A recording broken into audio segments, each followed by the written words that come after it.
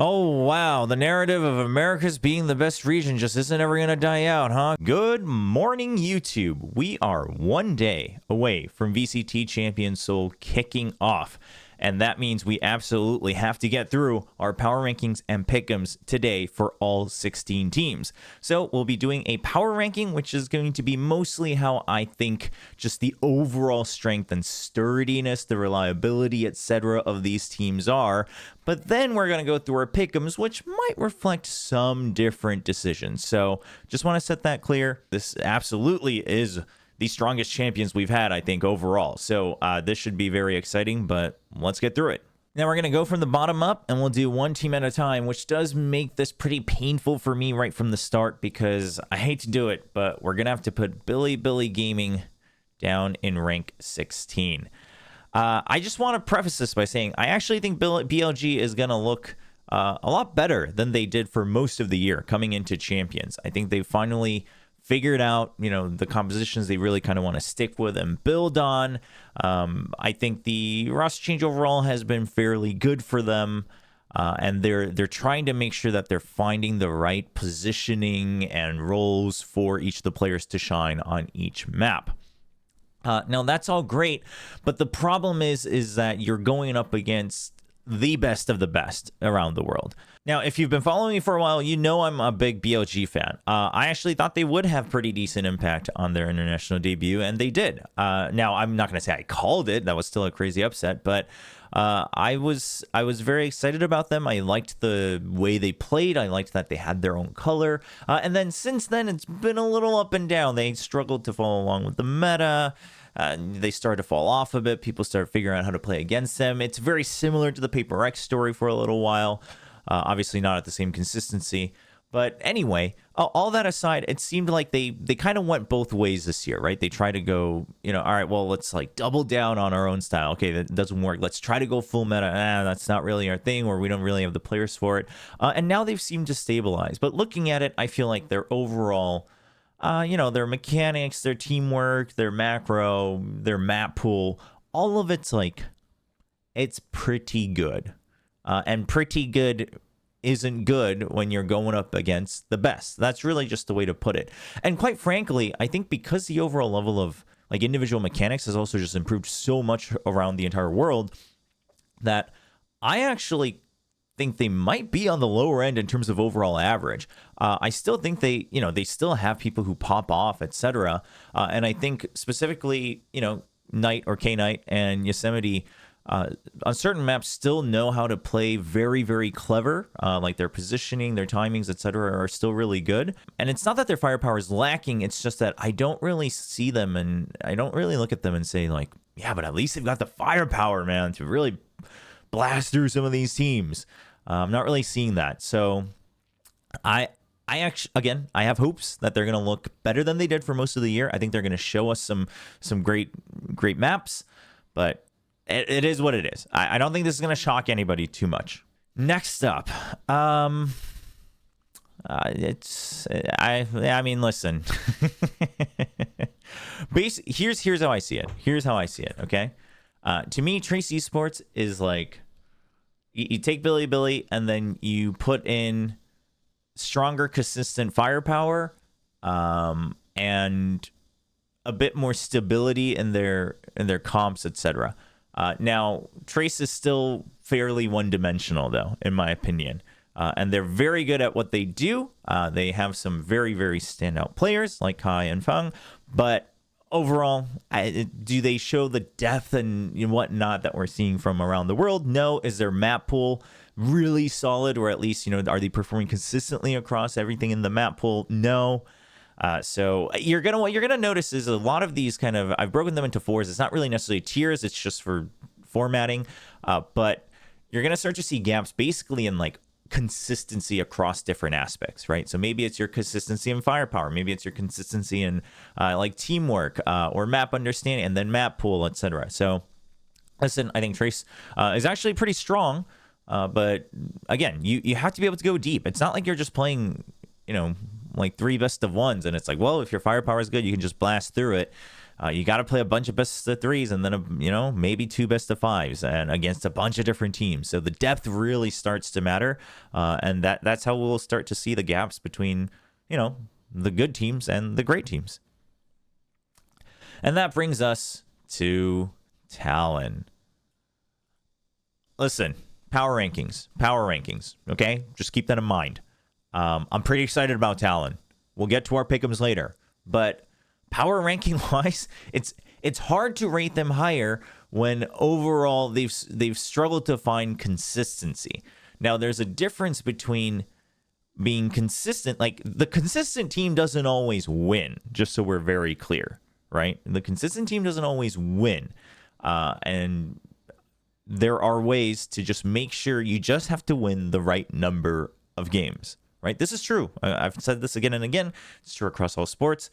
So if you know how to do that, and you're not able to win 100% of your games, but you're like, but I know exactly how to win 55% of them. Well, 55%, that's over 50.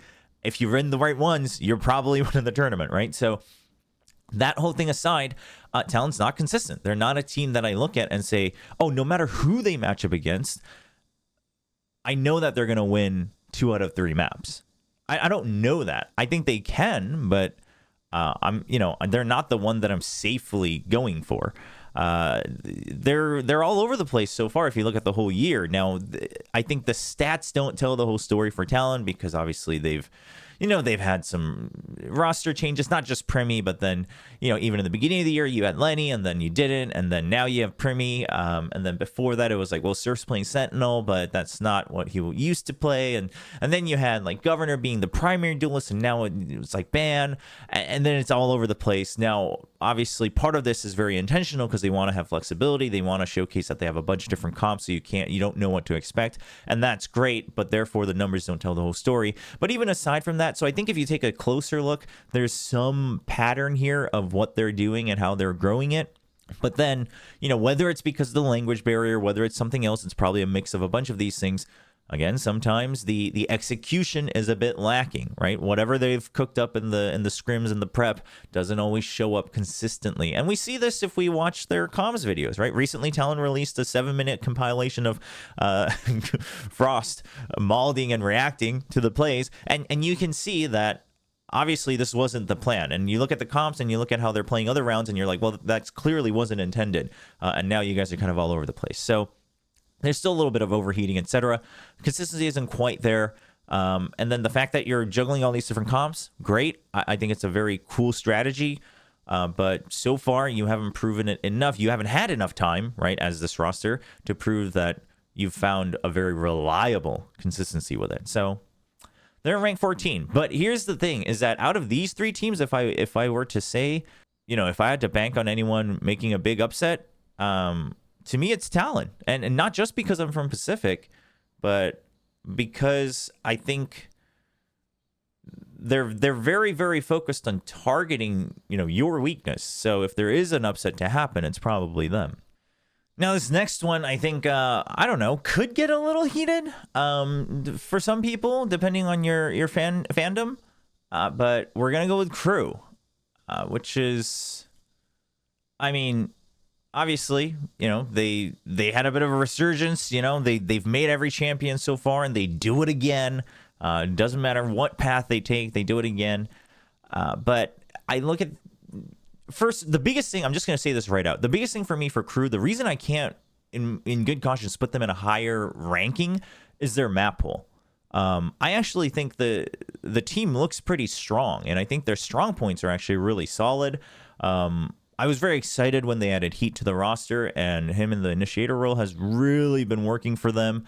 It gives you that like extra X factor, right, on top of Kesnet. So now I think that's probably made things a bit easier for Kesnet as well, where he doesn't feel, I mean, we're going way back, but like back in the very beginning, like Kesnet, you could tell Kesnet was just like, well, I just have to do Kesnet go kill. Like that's the only strat we have. And now that's not the case, and you can kind of see that in Kesnet's play as well. And it's not a form where he's been like forced to stop doing it for the betterment of the team, but yet the results aren't coming in. It's more just like, well, I know I don't have to, right? Because like Heat can now do it if I fall. Overall, I think the changes they've made throughout Obviously, the calling, etc. There's been some extra changes as well. It looks pretty solid. But the map pool is... they have a weak map pool. I mean, listen, their map pool is not great. You know what's funny is Talon's map pool may not look great, but it's like it's actually pretty darn consistent. They're just not... they just don't really have a standout number in almost any map, right? But for crew, but I look at teams like Crew and Paper X, and it's like, well, you've got like distinct bad maps. And for Crew, it's, you know, you look at the Ascent, it's not good. The Icebox has not really been something they can reliably play. It's, you know, those are maps you want to avoid if you're Crew. And that's not the only one. I think, you know, the Sunset overall, I mean, yes, I believe they beat Lev in that last game, but it's just a consistency. It's in a lot of these maps where you have to get a lot deeper in the calling if you want to make a difference, or you just have to be like really darn good at fighting. And it seems like that's where they're lacking a bit. Now, on, you know, when they play well on the maps they do win, whether it's consistently or in the games they do win, they look pretty good. And I actually think I actually rate their overall teamwork pretty high. And teamwork, I just mean like the timings for each other and how you're trading off of each other, things like that. So I actually rate them pretty darn high on that front. The mechanics, of course, are you know, very, very solid team. And then the X Factor we talked about, you know, you got players like Kesnet and Heat to kick things off. So overall, it's a very strong team. But then you look at overall like macro and map understanding, and therefore, you know, map strength and map pool depth. It looks weak, and I think it's so much more detrimental if you have some clear weak maps, because that makes the draft so much easier to predict and target. So again, these are power rankings. I mean, if they play the maps they're good at, right? If they can maneuver the draft to the point where, especially in best of threes, because you can get away with that. I mean, sure. Okay, so next up, these are teams. We're gonna see a pattern here, I think, of these are teams where we've seen their highs. You're hoping for more, etc. There's gonna be some controversy, I think. I can already tell, but let's kick things off. First up, it's gonna be Sen. Even if you're a Sen fan, I don't know if you can really blame me for this. I'm actually pretty hopeful for Sen. I think they're gonna come looking refreshed. You know, I mean, just you look at the overall picture of everything that's happened for Sen and how they got here, both in and outside of the game. And I imagine that, you know, just the couple weeks extra, and then knowing that this is the last hurrah should be good. I talked about it in my video, discussing Sen's kind of strengths and weaknesses in their matchup against Shinji, and I'm hoping that they go back to some more meta comps, right? Some more stable, older meta comps, at least for the opening match, and I think that should give us a better showing from Sen, etc. But you also can't deny that overall, after their initial run all the way up to Masters Madrid, winning Masters Madrid, it's been pretty mid among the greats, right? When I say mid, I mean among the 16 teams that are the best.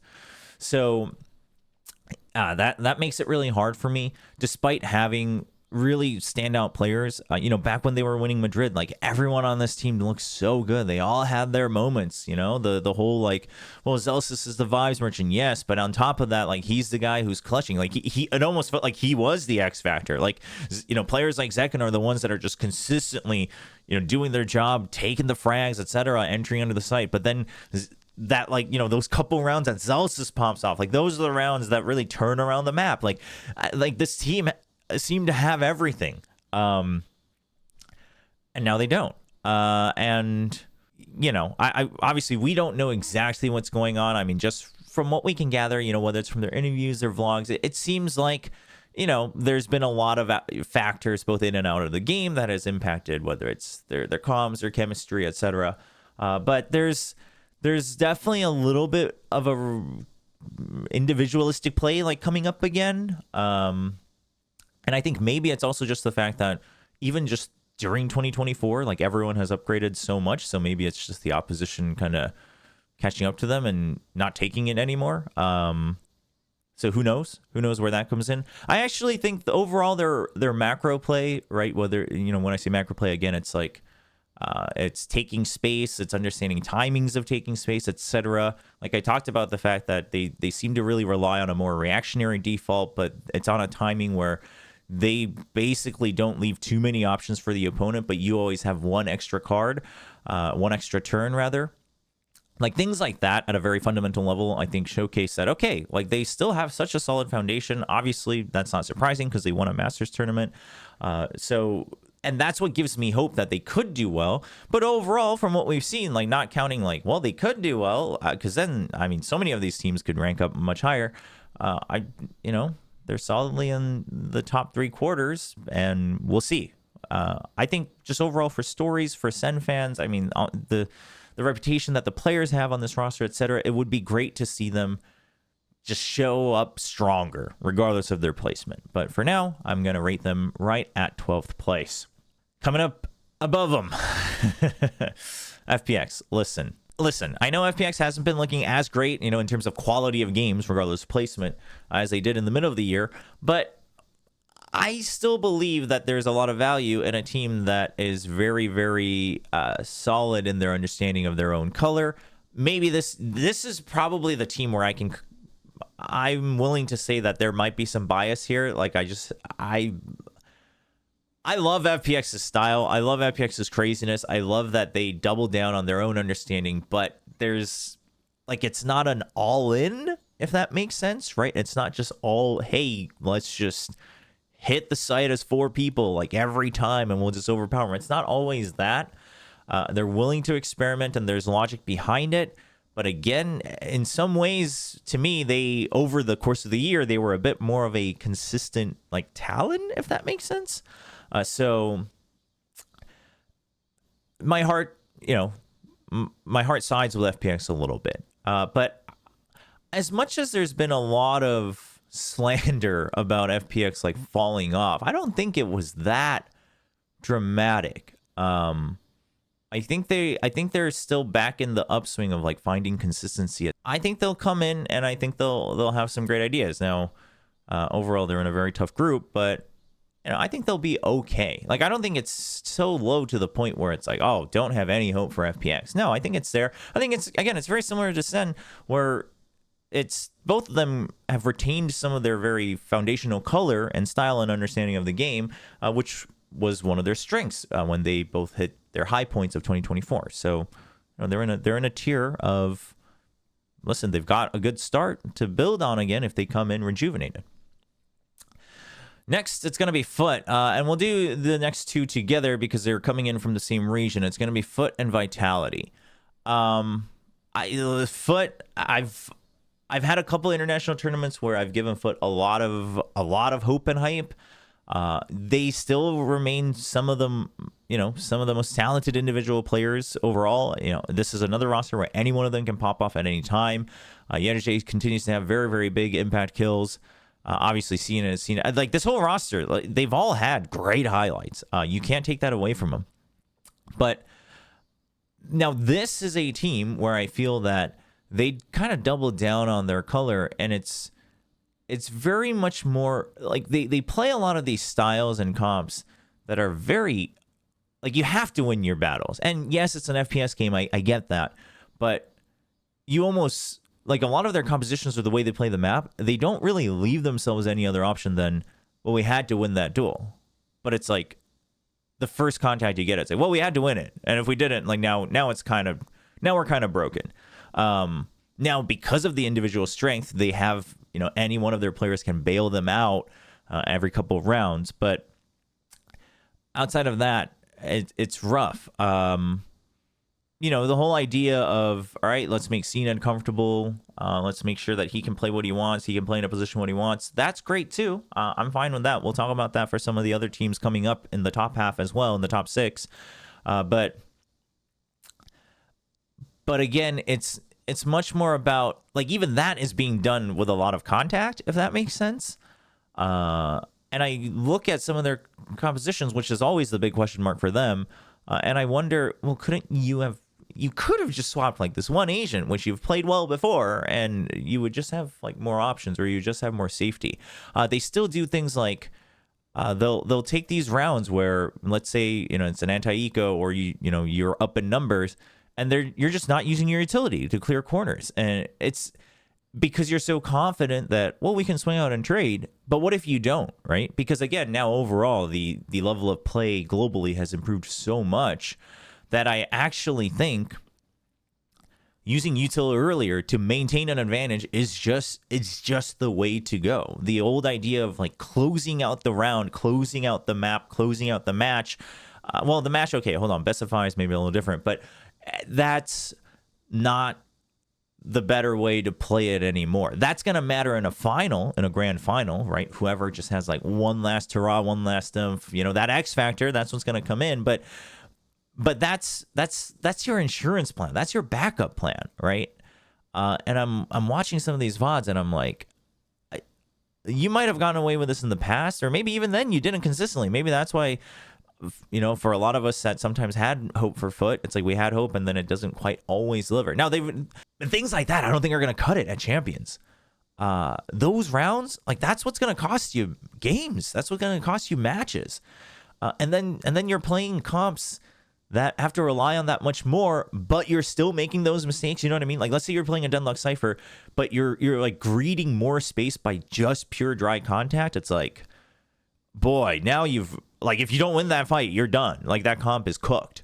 So it's hard. It's hard for me to rate them higher. I was ready to go into the VODs and I was like, I can't wait to be that guy that like has so much hype for Foot again. Like, I know it hasn't always delivered, but like they're an exciting team to watch, and I'm watching. I'm like, Champions this year, I don't think this is going to cut it. So that's the biggest thing for me. So overall, yeah, like mechanics are pretty good, but even that is not like standout anymore in the world, I think. And then the map pool also, it's got some weaknesses. It's got some weaknesses, but then on top of that, the maps you are good at, it's not necessarily because I think your macro is like way better than anybody else. I think those are just safer maps where you know how to win out with your own style of fights. Now, on top of that, there's Vitality. Listen, Vitality's been looking a lot better, obviously, because that's how they got here. They fought their way through here. Safe on the Duelist, back on the Duelist. How many times has that happened? Back on the Duelist has been looking great. Overall, the team, and there's not as much like disjointment and overheating than there was sometimes in the past, especially with Safe, playing on Duelist, no matter on which roster.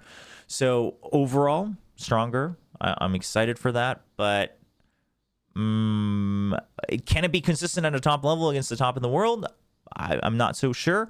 Also, I think, again, they're, players like Safe, like Runner, like they're getting that impact. They're playing really well in their roles. So individually, for instance, you might rate Safe very high, but is that enough against teams that are going to have like 2, 3, 4, 5 Safes? I don't, because that's what we're seeing for some of the teams that are left. So, or if it's not that, I think your other parts of your team play just have to be so much better, or you have to have like a really, really sturdy map pool, which is not quite there. Vitality is another one where I think the map pool holds them back a little bit. Their map pool isn't bad, it's just not good.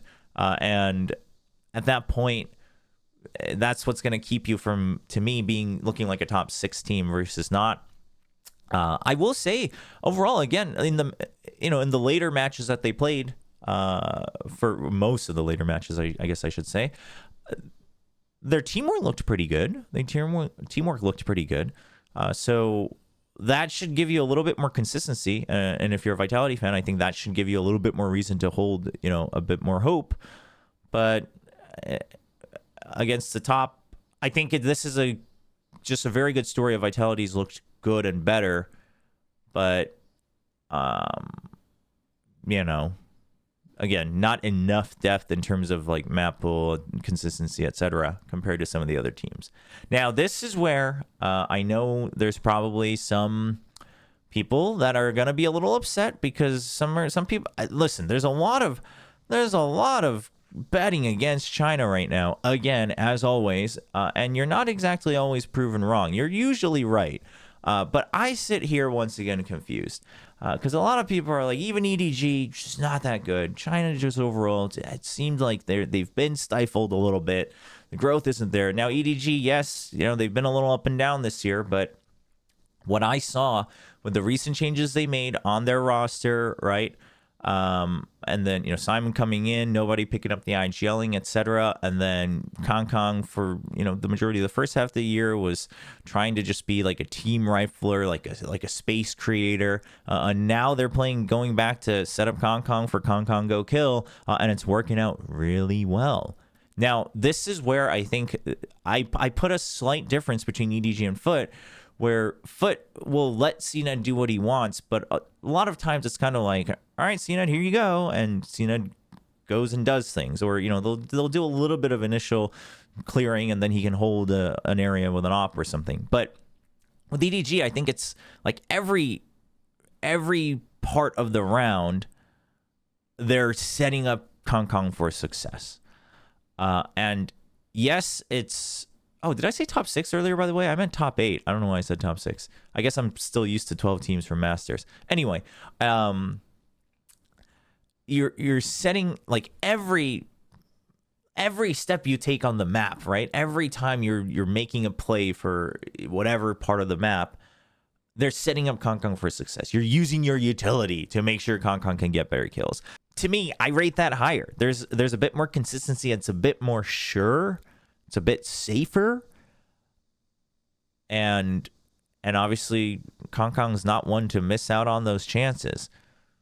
Now, that doesn't make them somewhat more one-dimensional compared to the top teams, yes, which is why they're not in, I guess, top 6 compared to top 8. But I think that has returned a little bit. That color of, hey, it's not the way to become the most consistent best team in the world for like several years, but this is what we're good at. This is what we're gonna do, and you slot them in there. And overall, I think their map pool is okay. Now, obviously, the thing with map pool is you have to kind of put it into context.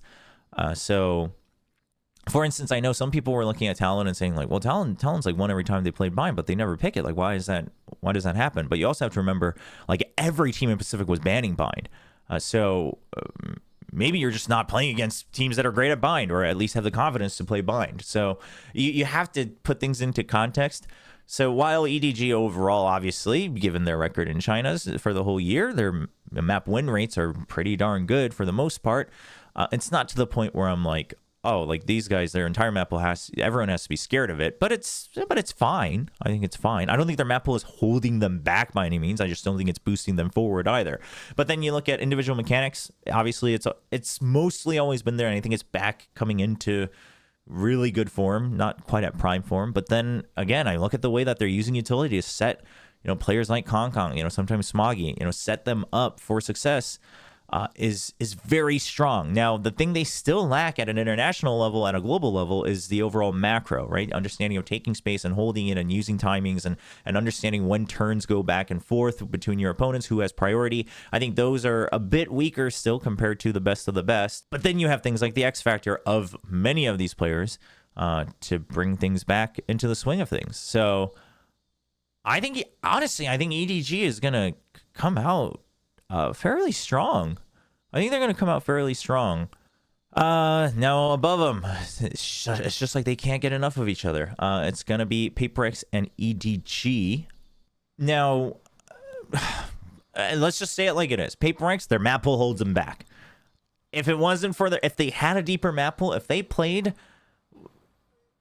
on the other maps like they do, if they played, and I'm not even going to say Sunset, right? If they played, maps like Ascent and Haven like they do Lotus and Icebox, I think they definitely get into top 6 on my rankings, but maybe even top 4. Like this map pool and the compositions, it's not even map pool, it starts with composition, because I can't even tell if they have a good understanding of the map, because they're playing these compositions that don't go well with the map, and you have to really like force this, force your composition into the map, and that's already hard. So I can't even tell if the map understanding itself is there. But then I wonder, because it's like, well, I don't know. Ascent and Haven have been around for a very, very long time, so it's like, You should have a good understanding of the map, and the composition in your own style just isn't really fitting with it, and you're not able to find that balance, I guess, I hope. But the map pool's rough. I mean, we talked about it. Check out my intro for Paper X. It's rough. It's funny because they've played, what was it, all but 2 Asians, which is insane, by the way. So they've tried everything, but they've tried everything like but the meta stuff on Haven and Ascent. And you wonder, because if you've played every agent but 2, you've definitely played, someone has played all the agents, but it's just not spread out enough. Like, there's so much overlap. So that holds them back a lot. But need I say more? Very, very individually talented. Overall, the teamwork is... Paper X's teamwork is actually really good. It's just they also just get really, really messy. But then because the teamwork is good, they can recover from their own messiness a lot. It's very weird. But if you really break down all of their plays at a micro level, it ends up being pretty good. But then if you ask them interviews, if you talk to the players, or if you just watch their tendencies, you start to notice it's not exactly planned. And that's not necessarily a bad thing. But you always have to rely on yourselves bailing yourself out a lot of the times. But they're good enough to do it. So, like, that's fine. Obviously, this is a team where it is just loaded with X Factor, right? I mean, Mind Freak's been looking mostly a lot better, back in good form in the second half of the year after Shanghai. And the only reason he may not have as many crazy numbers is because everyone else is taking those numbers. So, listen, we all know the story of Paper X. They're kind of right back where they used to be to me, right? W Gaming looks fun, very powerful. I mean, a little bit more depth in terms of Asian pool and compositions. And I do think that they've, this is what baffles me, is that on certain maps and certain compositions, they've figured out how to shore up their own weaknesses, right? Whether it's on the Sunset, whether it's on the Lotus, but then they haven't really been able to figure that out on the other maps. So it's hard. It's hard. That map pool is hard for me to rate them any higher. They're a very strong team, but here's the difference, right? This is why this is a power ranking. I'm not going to rate them any higher because I think the map pool should hold them back. But then again, you're playing mostly best of 3s until you get to any of the finals. And guess what the best of 3 helps out with? Map pool, because 4 of the maps are going to be gone, and you can choose 2 of them. So Paper X, the results could be very different, but strength-wise, I can't possibly rate them higher until the map pool gets better. And the thing is the map pool gets better, they jump up like not just 1, maybe 2, 3 ranks. So listen, I'm not even asking for it. I'm not even asking for Haven. I just want you to play something you're good at on Ascent that's not mega ultra one-dimensional. That's all I want. Next up, these guys also can't get enough of each other, sticking right next to each other. It's gonna be DRX. Listen, the Hopium in me wants to rate DRX higher. They look like they're on an upswing. They look very motivated. They look very good. I mean, they did a reverse sweep against Paper X, so now they've got the experience of grinding through a best of 5 on a big stage. That's all great. But to me, DRX is the pure definition out of these 16 teams of pretty good. They're pretty darn good across most aspects of Valorant. I would say their individual mechanics, pretty darn good. Their teamwork has gotten a lot better. There's still some shakiness, which is why I'm going to say pretty darn good. Their macro understanding, pretty darn good. The execution not always following up, but pretty darn good. X Factor, to me, Buzz has so much X Factor. He oozes X Factor that I think he covers for a lot of it. For instance, Flashback's obviously very individually talented. Like 1v1 duels, he's winning most of them out here in Pacific. But are those 1v1 duels ones that are like changing the course of the game? Not always. So that's where I'm like, I don't know if the X Factor quite oozes out as much as mechanically they've seemed to have upgraded on average. But then the map pool, pretty good. Pretty good. I mean, they're willing to play any map. Obviously, they'll have their preferences, but pretty good. Again, I've been saying this so much, say what you will, but to me, as someone who's followed DRX for their entire career, the fact that they were willing to play Abyss before Champions and kind of test the waters, I think that's a very good sign. Here's the reason I'm okay with 6th, is that while Hopium would want me to rate them higher, first of all, the remaining teams all look very deadly, and second of all, you still have the rookies, so who knows what's going to happen. I'm not going to put that as a narrative that puts them even lower, but I think this is the perfect slot for them. Because I look at the remaining 5 teams and I'm like, do I confidently think DRX beats any of these teams? Like, 7 times out of 10, 6 times out of 10. No. Can they beat them? Sure. But confidently, I wouldn't say so. So, all right, now we're dwindling down. All very good teams in their own rights. But first up, it's going to be Heretics. Heretics is another team where I think they're going to come back into the form that a lot of us want to see, that expect to see from them in Champions. Obviously, they've had to deal with some stuff just to get through the overall year, but I think they're gonna look very good. I actually rate Heretics very high in terms of like macro play, again, in terms of taking territory on the map, understanding turns and priority, understanding what areas are important, understanding what your composition works well with on this part of the map, etc. I think Heretics is very good with that. I think that assists with booze calling quite a bit as well. I think booze calling has always been very, very solid. Several cracked players, right? You got Mini Boo and Woot, who are just kind of flying all over the place, and you've got Benji Fishy, who is just as reliable as ever. And again, just like the team understanding of how do we want to play as a team is very good. Very solid team. I would rate them a bit higher than DRX in terms of both the individual mechanics on average, and macro play and understanding. And I would say that overall their map pool seems a bit more solid. I think Heretics, they've got all the pieces to make them a good team, as they have been for the most of the year. So just because they've had a bit of a dip, I don't know if you can really count that against them. They might not be at their strongest, but I still think they're a very strong team. Oh, wow. The narrative of America's being the best region just isn't ever going to die out, huh? Because we got 2 of them left. Lev, going to be 4th for me. I know they won America's. That's great. I'm happy for them. They looked very good. I don't think you can take that away from them. But listen, I'll just do these two together. G2 is going to be 3rd.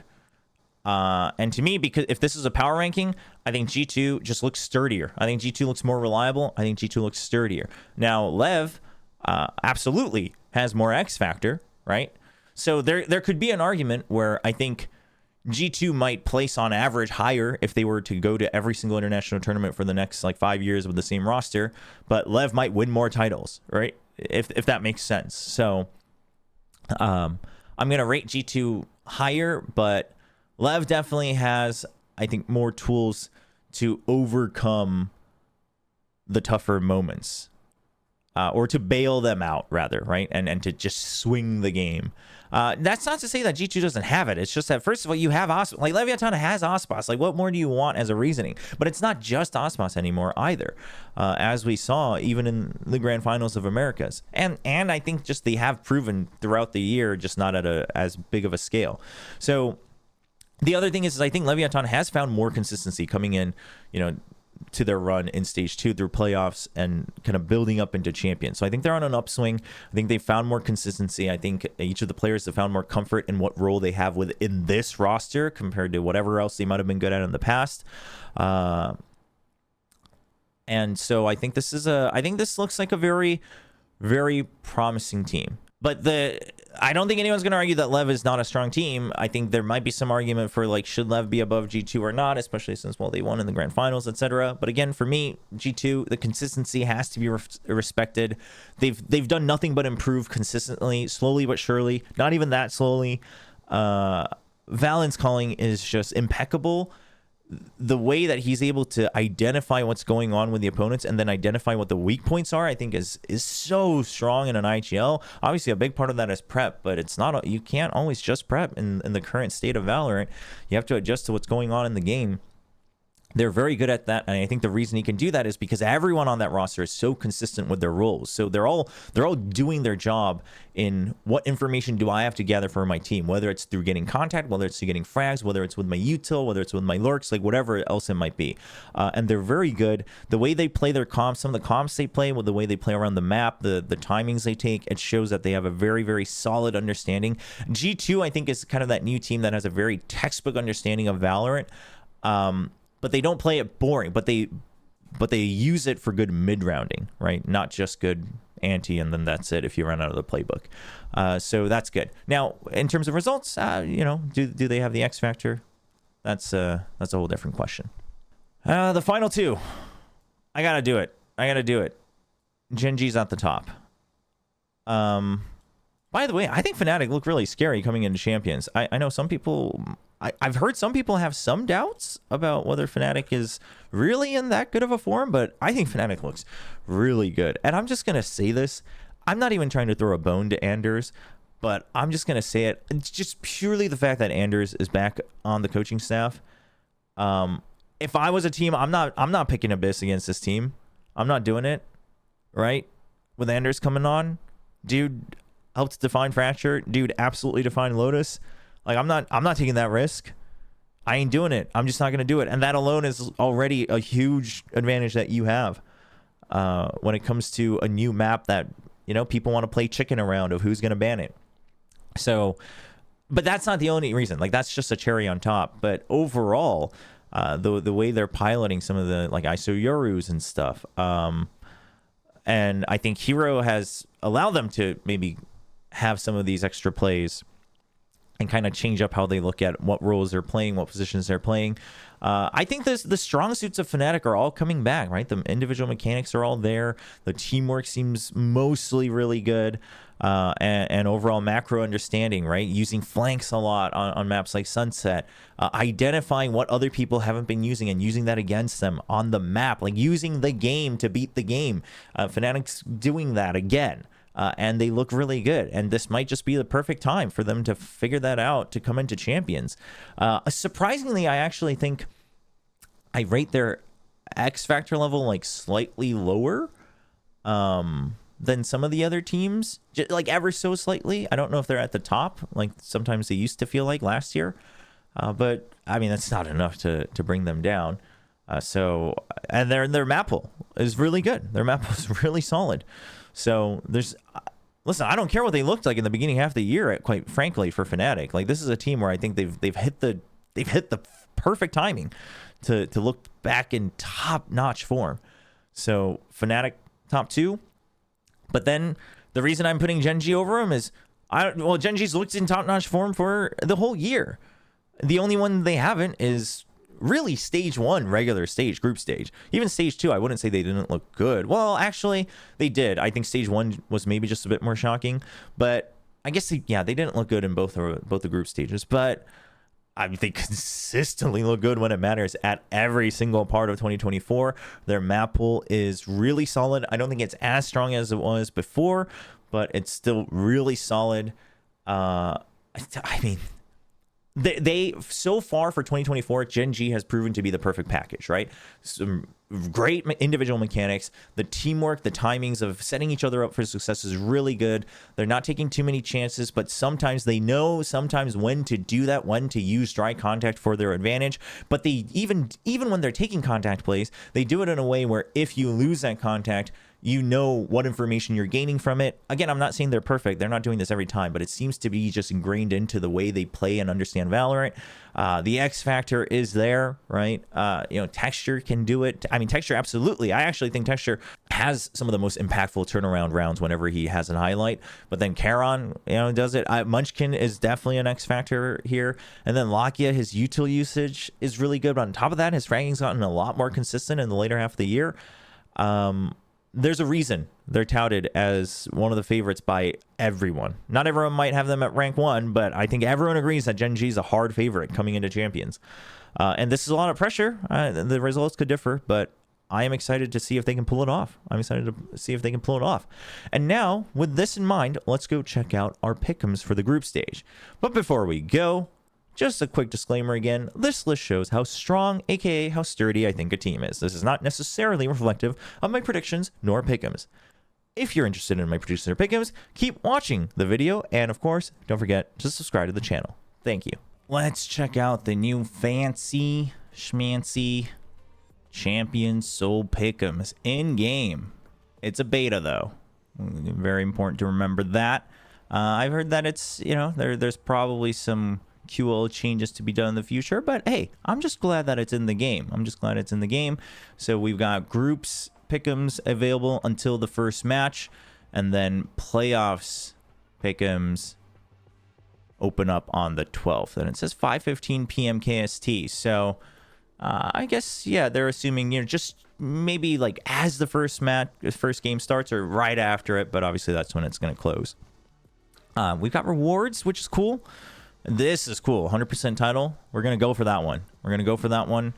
And then, oh, so the rewards are, it's a Gongi gun buddy. Okay. Oh, this is actually cool. I didn't realize this. This is very cool for anyone that grew up in Korea. And then this is a gold version of it. It was surprisingly, I actually like the colored version more, but I guess this is more special. So for those who don't know, Gongi is, I don't know, I'm pretty sure there's like variations of it in other parts of like Southeast Asia or South Asia, but it's a children's game you play with like 5 stones. These are the stones. These they have obviously packaged ones. Even when I was a kid, you had packaged ones that they sell, like plastic ones. And you have to like throw it and catch it in order, and it's very fun. I actually love playing Gongi, so this is huge for me. We definitely need to get into the top 50%. And then just participating, we get to at least look into the crystal ball. Okay, this is cool. I'm down for this. All right, let's get started. All right. So that's my D. That's your score so far. Let's make our picks. How does this work? Okay, so yeah, I heard about this. Predict the placement of each team. Partial. Okay, so we get points. So I guess if you get all of them correct, you get 16 points. Or if you get some of them correct, you get 16 points. I guess we'll find out as it goes through. But either way, you get more for guessing the correct slot, and obviously incorrect, you don't get any points. Okay, very cool. Group A, let's look at the bracket. So we're not doing pick'ems per match, which makes it less fun, but it does make it more reasonable. So, I mean, you kind of are eventually, right? So, all right, Fnatic, Billy. So, oh man, in any other group, I feel like Billy could have had an upset, but you're Fnatic first. There's no way. And DRX versus Crew, I have faith in DRX. I mean, listen, we'll just say it like it is. I think Fnatic's gonna come out swinging. I think they're gonna go out in first, and I do think DRX is gonna get out of groups as well. I think now the big question is to me, right? If both of them win their opening match, the big question to me is: does DRX get a rematch with Crew, or do they fight Billy? Right? Can Billy take down Crew? You know, I think Crew is not the team that this team would upset. I'll come back to this. I want to, but I think that's unreasonable. All right, Group B. Let's come back to Group B. Group C. Okay. Oh boy. All right.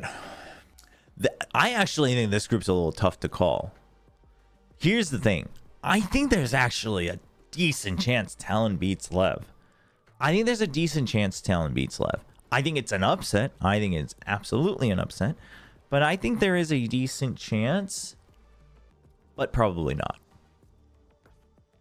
It's the reason I'm going to say no is I think Talon's going to come out with a great plan to beat Lev, and I think the plan will be a good way to beat Lev.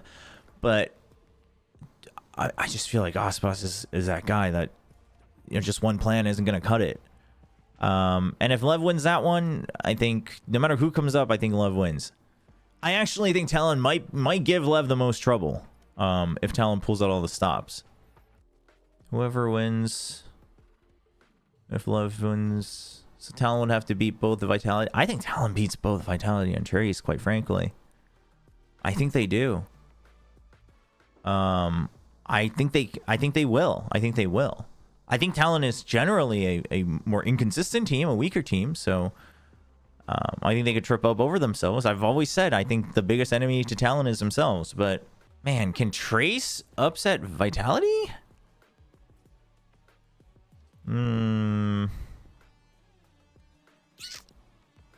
Unfortunately, I don't think so.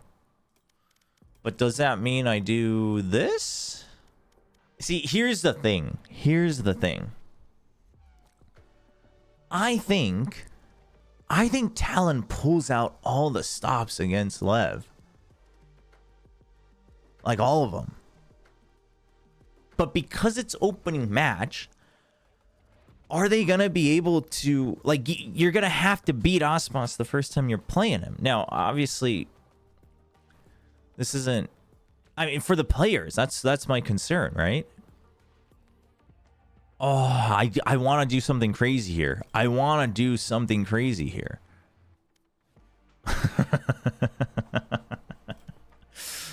That would be insane, wouldn't it? But here's my concern. Okay, so I'm trying to get into the heads of Talon. Now, Talon like to pick and choose which matches to win to give them the best chance to go to wherever they need to go, which right now their goal is to win champions. That's everybody's goal. But if that's the case, if you beat Lev, like, you better be darn ready to beat whoever comes up here, because if you don't and you rematch, I think Talon loses, right? I think Talon gets one shot to upset Leviathan. And I don't know if they use that in their first going or if they save it for later. I think it's Lev, but I think it's Talon. I think Talon moves on. Group D. I think G2 is going to win the first match. EDG versus Foot. I think EDG beats Foot. Oh, this is going to get boring. I think G2 still beats EDG. But then if it's EDG Paper X, Paper X just always has their number. They always do. Which unfortunately puts Foot at the bottom. Yeah, it's tough. I would love to see an upset with EDG, but then again, it's tough because I actually think EDG can make it out of this group, but I don't know if this is the tournament where Paper X goes out early again. I don't think so. I think that'd be devastating for Paper X. I actually can see it happening, but I would hate for it to happen, and it shouldn't happen. No, Paper X, yeah. That's unfortunate. Dude, these groups are rough for the Chinese teams. But I think EDG still wins. I actually think they win their first match against Foot. I think so. All right, now the crazy group. Listen, as much as I hope Sen looks good, I hope they look coming in, but I think Genji beats them, and I think they beat whoever comes up. I think it's going to be tough games, quite frankly. But I think it'll be tough. Now, if Sen loses, and most likely FPX loses here. Sentinels versus FPX. Oh, this feels bad. Oh, man, it's Champions is such a tough tournament. Champions is a tough tournament.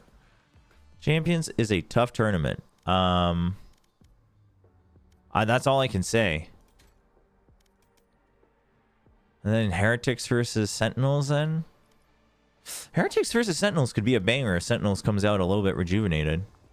Sentinels versus Heretics. Ooh. Oh, that's a tough one. I think it's a tough one just because I think Sentinels is going to come out pretty strong at Champions. We'll give Heretics the edge. Oh, this feels bad for the Chinese teams. But, all right, this is it. These are my pick'ems. It's saved, right? Change is saved. I've done all 16 of them. All 4 teams of Pacific are moving on to playoffs. Talon and DRX in the 2nd seed. Genji, and Paper X. Genji's the only one going up in the 1st seed. But I think the other teams, the non-Pacific teams, all look very solid. These are all my top 5-6 teams. So this should be exciting. We'll see how this pans out. Let me know what you think is going to be the pick'ems. Feel free to post a link if you've done it online, and we'll see who gets the most points. We'll see if we can go for the top notch. I don't know if I'm going to get 100% because I'm going for some Hail Mary plays here, but I think we can definitely get top 20%. I'm pretty faithful. So let me know what you think about my pick'ems down below. I mean, are there upsets that I haven't really counted for in this group stage? And then we'll find out, in just a couple days.